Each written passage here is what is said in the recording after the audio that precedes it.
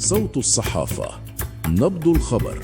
تقدم تحالف سومار اليساري بمقترح غير ملزم إلى مجلس النواب الإسباني يدعو فيه إلى مراجعة مشاركة المغرب في تنظيم كأس العالم 2030 على خلفية أحداث خطيرة وقعت على حدود سبتة.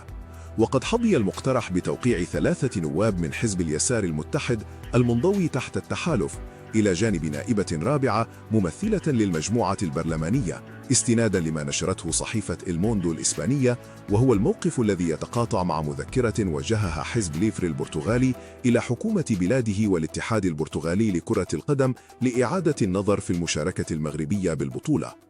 وطالب التحالف الحكومة الإسبانية بمخاطبة الاتحاد الدولي لكرة القدم فيفا والاتحاد الإسباني لكرة القدم والحكومة البرتغالية رسمياً بغية تقييم نموذج التنظيم المشترك، نظراً لأن استضافة هذا المحفل تتطلب أموالاً عامة وضمانات واستثمارات ضخمة تؤثر على صورة الدول، مما يستوجب إلزام الشركاء باحترام حقوق الإنسان والقانون الدولي والمبادئ الديمقراطية.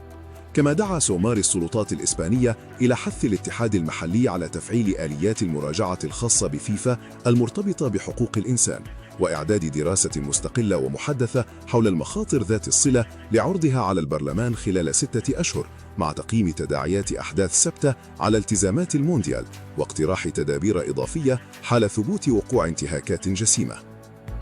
صوت الصحافة، نبض الخبر.